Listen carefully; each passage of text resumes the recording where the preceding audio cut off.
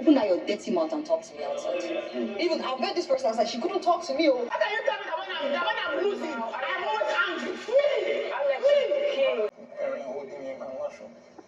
Holding him and laughing? I was outside in the garden. Ceec, I guess she's cool to bar. Hey. Then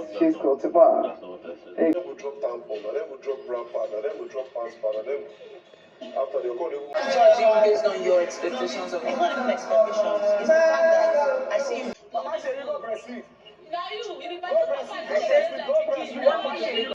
Hello everyone and welcome to my YouTube channel. This is Fun Pop with Lillian. How are you all doing?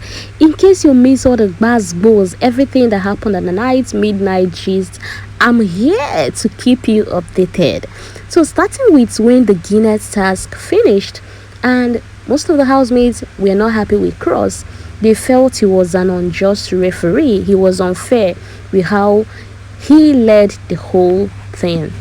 You know, during the task, Ceec scored for her team, and with the way they hugged her and everything, I was thinking, you know, bygone would be bygone. But then Ceec decided to still go on about it and poured out her heart to her newfound love, Ike, telling Ike how she's glad she didn't return the energy Angel wanted her to return. You know, the whole fight thing that they really pushed her, but she was controlling herself.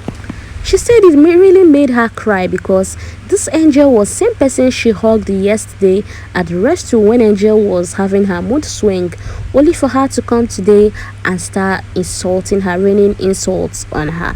And Ike told her that, you know, there is this alliance thing happening in the house. There is this clique thing.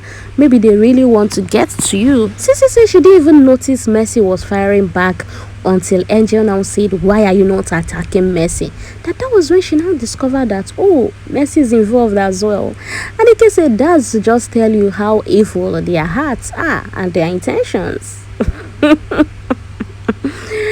Like, okay. Meanwhile, at that point, Angel was outside with Doyin and Soma talking about eviction. I guess she was having eviction fever. And Doyin was, you know, trying to cheer her up, telling her, you know, you're not going. You will definitely be here. You don't need to panic about eviction. And Angel said if she goes, nothing. You know, her mind is made up. And Doyin advised her to be very positive about it. It was at this moment that Mercy and Alex basketball started. According to their fight, Mercy was telling Alex that you're a sore loser, that anytime you lose, you start crying when your team is not doing well.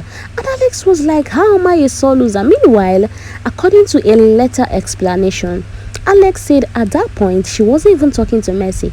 She was talking to Prince and Ike, being that they were talking on how their team played and how she was trying to control their temper regarding the whole game. That, you know, in the process when they were playing, Ike was like, why are they still playing when they've already lost? That she was the one that was like, let them keep going. And even when Prince was complaining about the whole game, she didn't want Prince to get to that point, because when Prince loses his temper, that it could be a bit terrible. So now she's still talking to Prince, but then Mercy decided to come into the talk. And while Prince was trying to tell Mercy, no, Alex was talking to me, no, she wasn't. Mercy was like, are you her mouthpiece? Are you her mouthpiece? You know, that kind of thing. Before Kim now came and dragged Mercy upstairs, and Ilebaye and Prince tried to take Alex inside. And Alex was like, it seems like that taking this her love and light for weakness. And I'm like, are you not the one here saying you don't support this, you don't support that? I see you as Santa Claus now. And she said no, her love and light as weakness, that she would definitely come after whoever thinks, oh, she will talk to her or act a kind of way towards her. And I'm like, no, now you don't support what was that word again? I'm trying to remember Alex's words, but you know, we all know Alex is all about the love and life, positive energy and all that.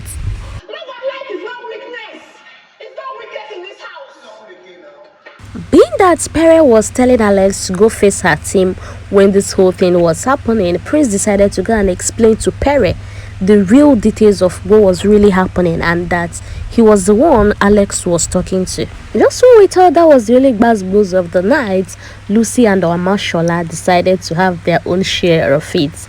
Apparently, Sheyi and Omashola, oh rather should I say Sholzy, apparently the fight was over a plate and it was between Sholzy and Sheyi. But being that Lucy was in the kitchen, decided to come into the picture. Guess what? She got served. And I mean she got in fact, she said, she told Omashola that you are too old for this. There are things you should be over of by now. That your mates will just be in the house they built chilling. Omo, that kind of sentence get us a bill. Like, what's the meaning of that? Is Lucy a baby? Let's be honest. Is Lucy a baby? But they both served each other as Mashallah was like, oh, Sheyi mama, oh, you're going to breastfeed Sheyi now. Even called her Matilda principal. I don't know if you've watched that movie Matilda, but that line from Sholzy choke. And after the both exchanged words, funny enough, Sholzy later went outside to meet Sheyi to apologize that how these women in this house behave. And I'm like, really? In fact, they started talking on how women has always been the problem in the house. And they even said the kid Wire once mentioned that if they want peace to reign in this house, they should evict all the ladies. And she said that what pains him most is how dirty these ladies are. That they drop tampons, pad, how they litter everywhere, their hair, all that. But then they still blame the guys for being dirty. That aside Ike, because he has been with Ike upstairs, there is no other guy in this house that acts the way these ladies act in terms of hygiene and all that. Meanwhile, upstairs of the HOH lounge, Cross told Kim that he's not happy that while he was getting the hits, you didn't even come to check up on him to know how he's feeling. That even while the game was going on, he was trying to look at you like, know if he would get a kind of eye contact from you, like a kind of eye of encouragement, but then you were just so involved in the game, so busy, you weren't even looking at him. And I'm like, yeah. I said, Cross don't finally fall in love, bata.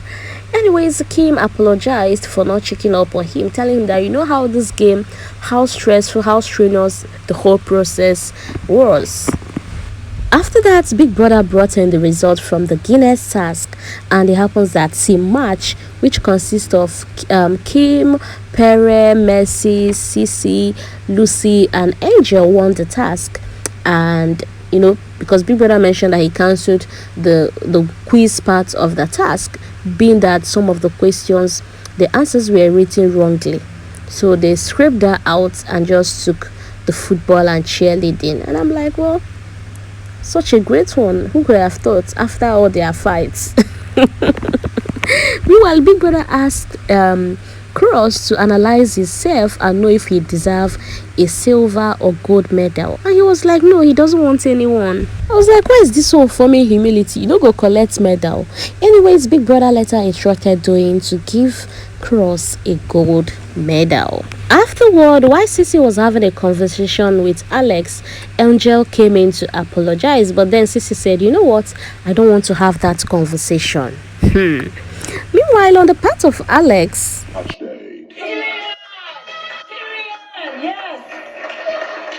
while narrating the whole messy fight to Doyin, Alex seems to like a kind of give some of partly some of the blame to Pere, saying why would Pere tell her to face her team? That one thing about Pere, she went on to start complaining about Pere's character from the whole first week. She still went back to all that Pere has done, and then even told Doyin that, can you imagine Pere coming into the public to apologize to her? Meanwhile, they've always been together, and that for all the time they had discussion regarding the whole Ilebaye thing, that Pere still maintained his ground, that he did no wrong. Only for him to now go in front of everybody and start apologizing. That's just fake and clout. That to her, that's not a genuine apology, because anytime that discussion comes up again, Pere still feel he did nothing wrong to Pere or her. And I'm like, okay. Wahala. Anyways, they has told her that maybe you have too much expectation towards Pere because you still talk with with Ike, and be that Ike even did worse to Ilebaye.